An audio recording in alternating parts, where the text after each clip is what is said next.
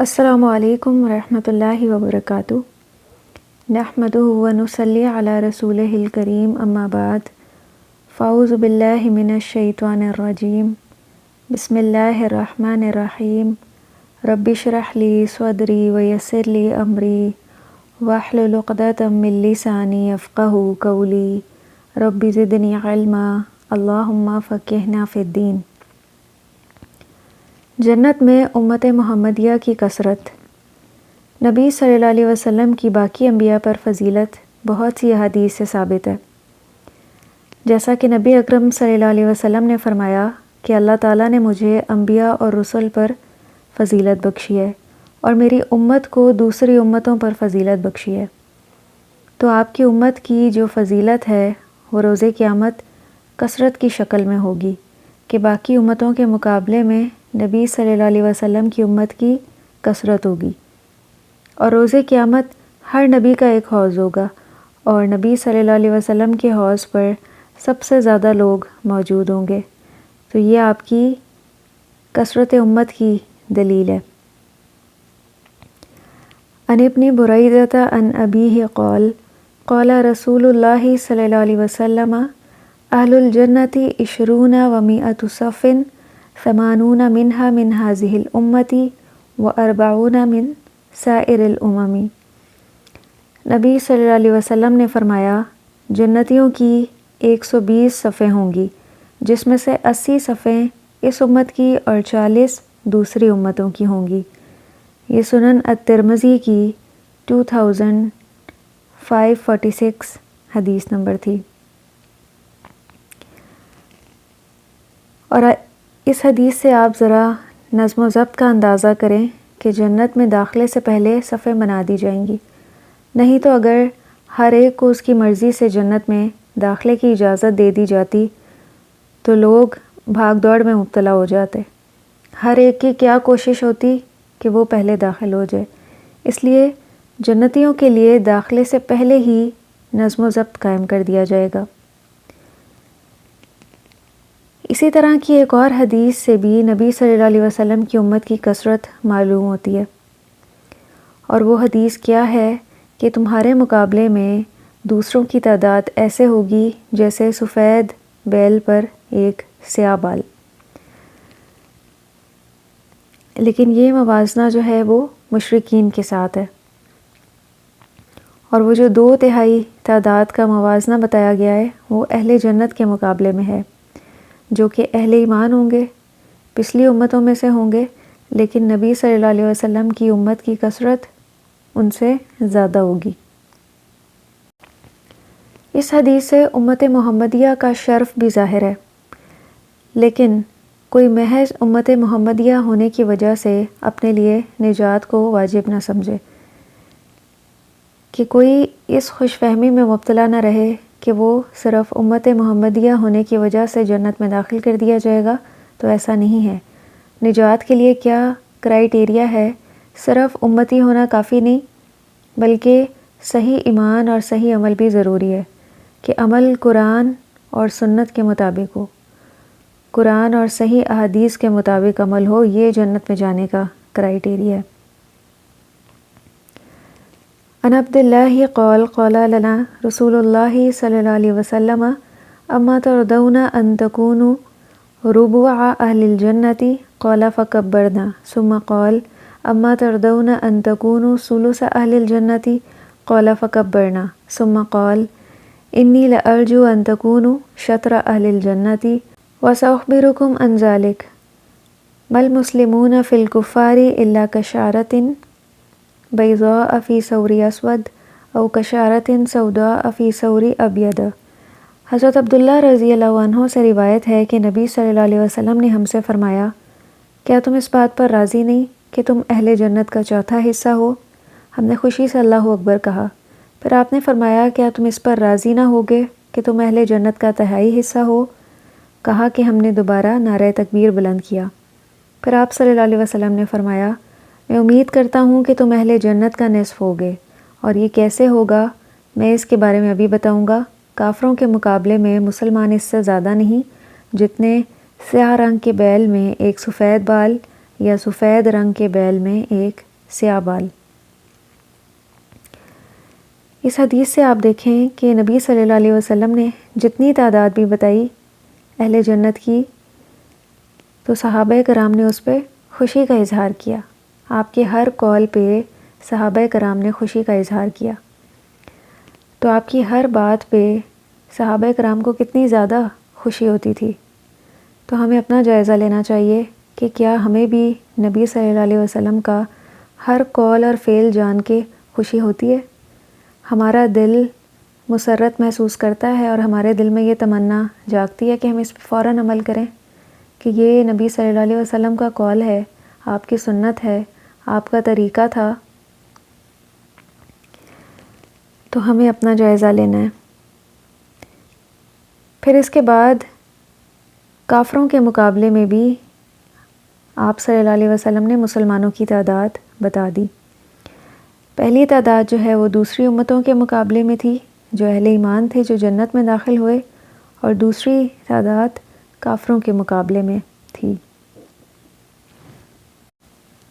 یہ ایک ریشو تھی جو نبی صلی اللہ علیہ وسلم نے بتا دی کہ امت محمدیہ کی کیا ریشو ہوگی جنت میں باقی امتوں کے مقابلے میں، اور آپ نے کیا فرمایا کہ تم اہل جنت کا نصف ہوگے، یعنی آدھے اہل جنت جو ہیں وہ امت محمدیہ میں سے ہوں گے۔ پھر اگلا مسئلہ یہ ہے کہ امت محمدیہ کے 70,000 افراد بلا حساب جنت میں داخل ہوں گے، اور ہر 1000 پر مزید 49 لاکھ افراد بھی امت محمدیہ سے جنت میں داخل ہوں گے۔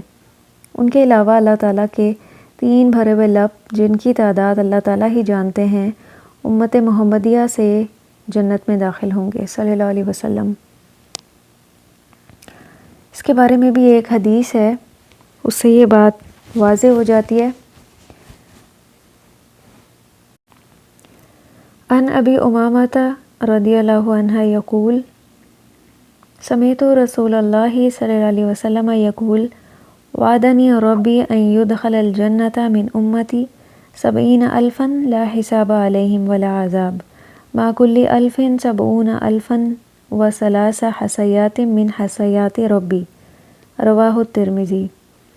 حضرت ابو امامہ رضی اللہ عنہ کہتے ہیں کہ میں نے رسول اللہ صلی اللہ علیہ وسلم کو فرماتے ہوئے سنا، میرے رب نے میرے ساتھ وعدہ کیا ہے کہ میری امت سے 70,000 افراد کو وہ بلا حساب اور عذاب جنت میں داخل فرمائے گا، اور ہر 1000 کے ساتھ مزید 70,000 آدمی جنت میں داخل ہوں گے، اور 3 لب بھرے ہوئے میرے رب کے اور بھی جنت میں داخل ہوں گے۔ یہ 70,000 وہ لوگ ہوں گے جو بلا حساب کتاب جنت میں جائیں گے۔ اور اسی طرح ایک اور حدیث ہے کہ حضرت عبداللہ بن عباس رضی اللہ عنہ سے روایت ہے کہ نبی صلی اللہ علیہ وسلم نے فرمایا، میرے سامنے مختلف امتوں کے لوگ لائے گئے۔ بعض نبی ایسے تھے جن کے ساتھ 10 افراد سے بھی کم لوگ تھے، بعض نبیوں کے ساتھ 1 یا 2 آدمی تھے، اور کوئی نبی ایسا تھا جس کے ساتھ کوئی بھی نہیں تھا۔ اتنے میں میرے سامنے ایک بڑی امت آئی، میں یہ سمجھا کہ یہ میری امت ہے۔ مجھے کہا گیا کہ یہ موسیٰ علیہ السلام اور ان کی امت ہے۔ آپ آسمان کے کنارے کی طرف دیکھیں، میں نے دیکھا تو وہاں بھی ایک بڑی جماعت تھی۔ پھر مجھے کہا گیا اب آسمان کے دوسرے کنارے کی طرف دیکھیں، میں نے دیکھا تو ایک بہت بڑی جماعت پائی۔ مجھے بتایا گیا یہ آپ کی امت ہے جس میں سے 70,000 افراد بغیر حساب اور عذاب کے جنت میں داخل ہوں گے۔ یہ صحیح مسلم کی حدیث تھی۔ تو یہ خوش نصیب کون ہوں گے، ان کی کیا صفات ہوں گی کہ یہ بغیر حساب ہی جنت میں داخل کر دیے جائیں گے؟ اس کے بارے میں بھی ایک روایت ملتی ہے، ان کی کوالٹی پتہ چلتی ہے کہ یہ وہ لوگ ہوں گے ہم الذین لا یسترقون ولا یتطیرون ولا یکسوون وعلی ربہم یتوکلون۔ حضرت عمران بن حسین رضی اللہ عنہ سے روایت ہے کہ نبی صلی اللہ علیہ وسلم نے فرمایا، میری امت میں سے 70,000 آدمی بغیر حساب جنت میں جائیں گے۔ تو صحابہ کرام رضی اللہ عنہ نے عرض کیا، یا رسول اللہ صلی اللہ علیہ وسلم وہ کون خوش نصیب لوگ ہوں گے؟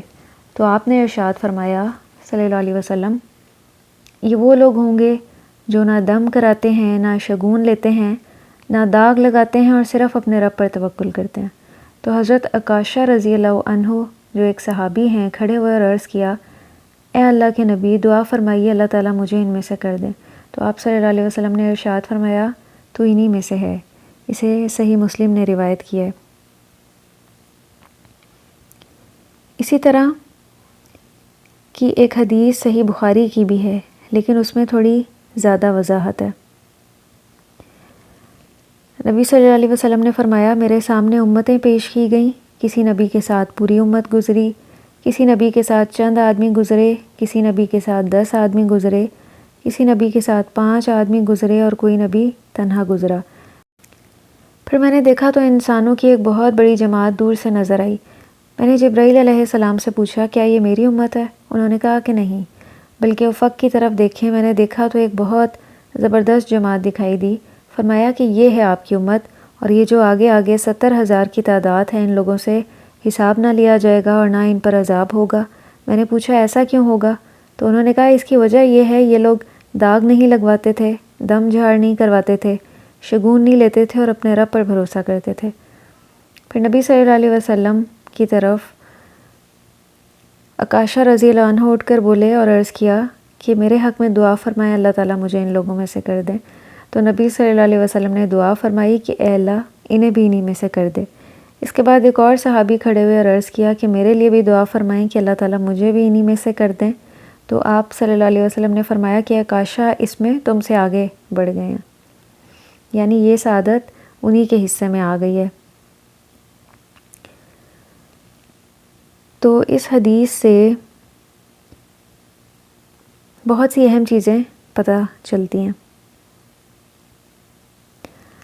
یہاں جس دم کا ذکر ہے وہ غیر شرعی دم ہے، کہ یہ لوگ غیر شرعی دم نہیں کرواتے، اور داغ لگوانے سے مراد آگ سے داغ لگوانا ہے، یعنی وہ یہ کام نہیں کرتے۔ اور شگون کا معنی ہے فال لینا، یعنی کسی چیز، شخص، عمل، آواز یا وقت کو اپنے حق میں اچھا یا برا سمجھنا۔ اسی وجہ سے برا فال لینے کو بدشگونی کہتے ہیں۔ شگون اچھا بھی ہوتا ہے اور برا بھی ہوتا ہے، اور شگون سے مراد گمان بھی لیا جا سکتا ہے۔ علامہ قرطبی رحمہ اللہ تفسیر قرطبی میں نقل کرتے ہیں اچھا گمان یہ ہے کہ جس کام کا ارادہ ہو اس کے بارے میں کوئی کلام سن کر دلیل پکڑنا، اور یہ اس وقت ہے جب کلام اچھا ہو، اور اگر وہ کلام برا ہو تو بدشگونی ہے۔ یعنی اگر کسی کام کا ارادہ ہے اور اس سے متعلق کوئی اچھی بات سنی جائے، خیر کی بات سنی جائے تو وہ اچھا شگون ہے، اور اگر کوئی بری بات اس سے متعلق سنی جائے تو وہ برا شگون ہے۔ اور شریعت کا اس کے بارے میں کیا حکم ہے کہ انسان اچھا شگون لے۔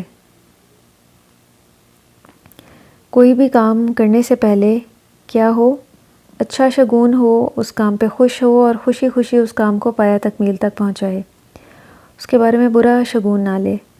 اگر کوئی خیال اس طرح کا آئے بھی تو اس کی طرف توجہ نہ کرے، اور نہ ہی اس کے سبب اپنے کام سے رکے۔ جیسے قرآن میں بھی پتہ چلتا ہے، ایک آیت میں کچھ لوگوں کا تذکرہ کیا گیا ہے کہ جب انہیں کوئی بھلائی پہنچتی ہے تو کہتے ہیں ہم اسی کے مستحق تھے، اور جب کوئی تکلیف پہنچتی ہے تو اسے موسیٰ اور اس کے ساتھیوں کی نحوست بتلاتے، حالانکہ نحوست تو اللہ کے ہاں ان کی اپنی تھی، لیکن ان میں سے اکثر لوگ یہ بات نہیں سمجھتے۔ تو یہ موسیٰ علیہ السلام کی قوم کا حال تھا کہ جب اچھے دن آتے تو کہتے کہ یہ ہماری عقل مندی ہے، حسن تدبیر کا نتیجہ ہے، اور ہم فی الواقع اس بھلائی کے مستحق تھے۔ اور جب برے دن آتے تو حضرت موسیٰ علیہ السلام اور آپ کے اصحاب کو لعن طعن کرتے تھے، اور کہتے تھے کہ ان لوگوں کی نحوست کی وجہ سے ہمیں یہ برے دن دیکھنے نصیب ہوئے۔ حالانکہ اللہ تعالیٰ فرما رہے ہیں کہ یہ نحوست ان کے اپنے گناہوں کی وجہ سے تھی، لیکن وہ اصل سبب سے کیا تھے؟ غافل تھے۔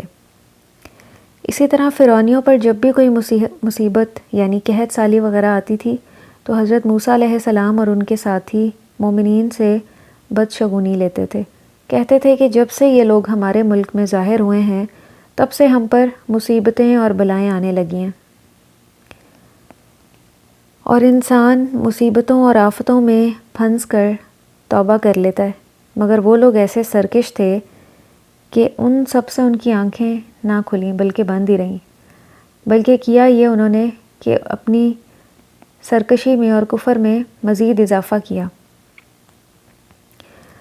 تو بسا اوقات ایسا بھی ہوتا ہے کہ دل میں آنے والے برے خیالات شیطان کی طرف سے بھی ہوتے ہیں۔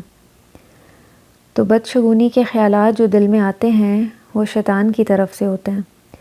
تو جب تک تو ان خیالات کا تعلق صرف دل کے ساتھ ہے تو انسان گناہ گار نہیں ہوگا، کیونکہ محض دل میں آنے والا برا خیال اس پہ انسان سزا کا مستحق قرار نہیں پاتا جب تک کہ وہ اس پہ عمل نہ کرے، کیونکہ اللہ تعالیٰ نے کسی پر بھی اس کی طاقت سے بڑھ کے بوجھ نہیں ڈالا۔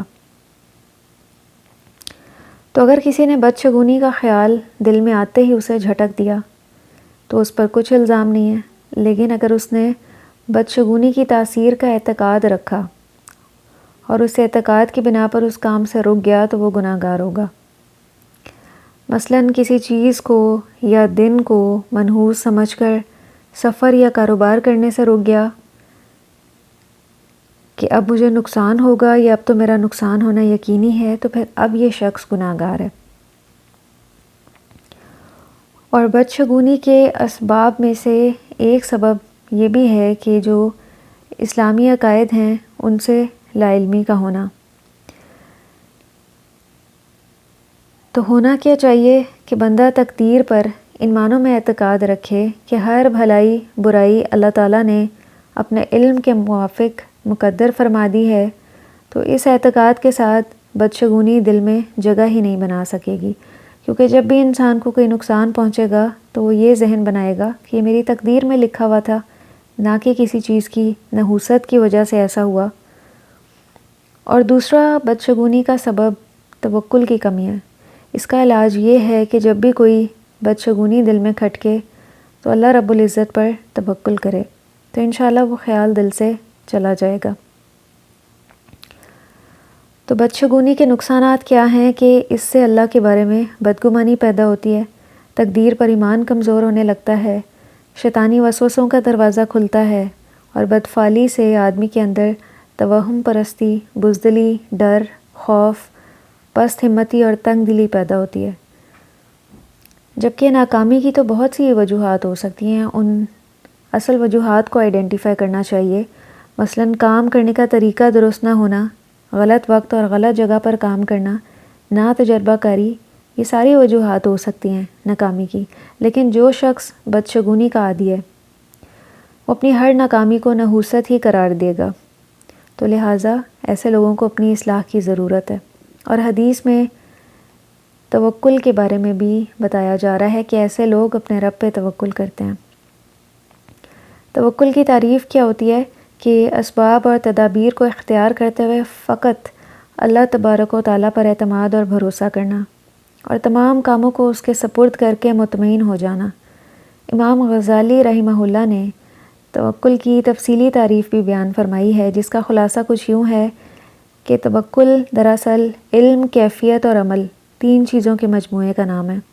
یعنی جب بندہ اس بات کو جان لے کہ فاعل حقیقی صرف اللہ سبحانہ و تعالیٰ ہیں، تمام مخلوق، موت، زندگی، تنگ دستی، مالداری، ہر شے کو وہ اکیلا ہی پیدا فرمانے والا ہے، بندوں کے کام سنوارنے پر اسے مکمل علم و قدرت ہے، اس کا لطف و کرم اور رحم تمام بندوں پر اجتماعی اعتبار سے بھی اور ہر بندے پر انفرادی اعتبار سے بھی ہے، اور اس کی قدرت سے بڑھ کر کوئی قدرت نہیں، اس کے علم سے زیادہ کسی کا علم نہیں، اس کا لطف و کرم اور مہربانی بے حساب ہے۔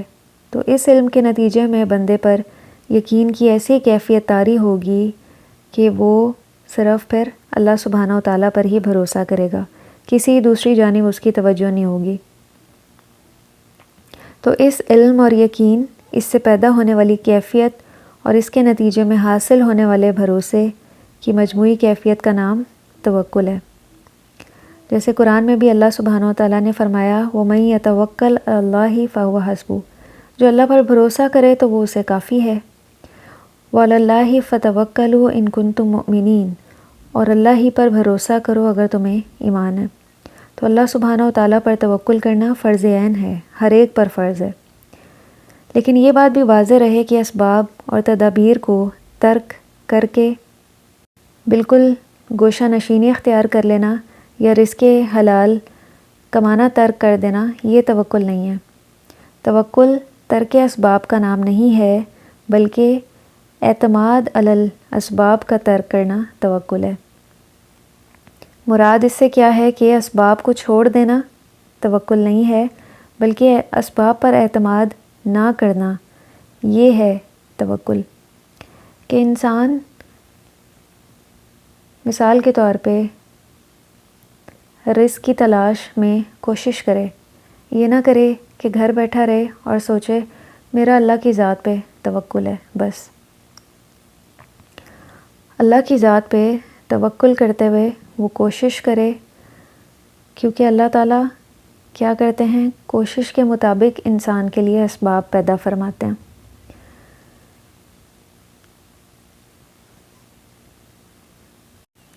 لیکن جب اللہ سبحانہ و تعالیٰ اسباب پیدا فرما دیں تو پھر بھروسہ ان اسباب پہ نہ ہو، بلکہ تب بھی بھروسہ کس پہ ہو، اللہ کی ذات پہ ہو، کیونکہ کوئی بھی کام اسباب سے نہیں بلکہ اللہ کے اذن، مشیت اور ارادے سے ہی تکمیل پا سکتا ہے۔